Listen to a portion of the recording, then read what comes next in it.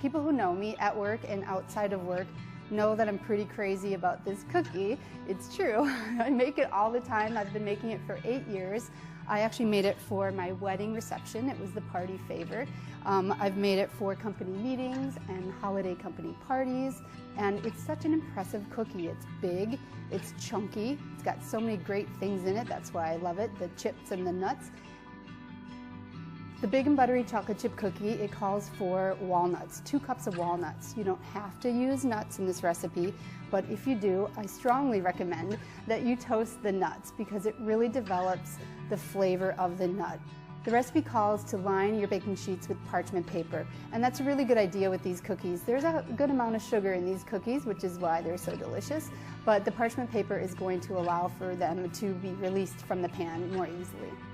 It's important to start with room temperature ingredients. The eggs and the butter should be room temperature, and that's because you want to aerate the mixture. You want to create all these tiny little air pockets that are going to fill with steam when the cookies are in the oven, and that's going to create lift and rise to the cookies. And so make sure you're using room temperature ingredients.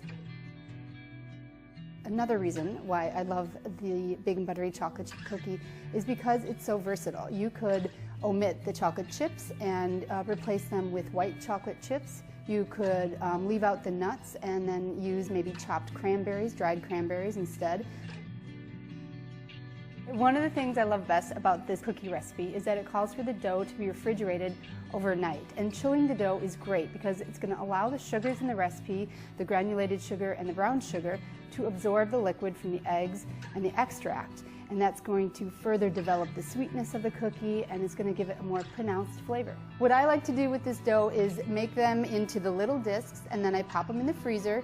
And when I have a crazy cookie craving, and my family, which is like all the time, I just pull them out of the freezer and they're ready to go.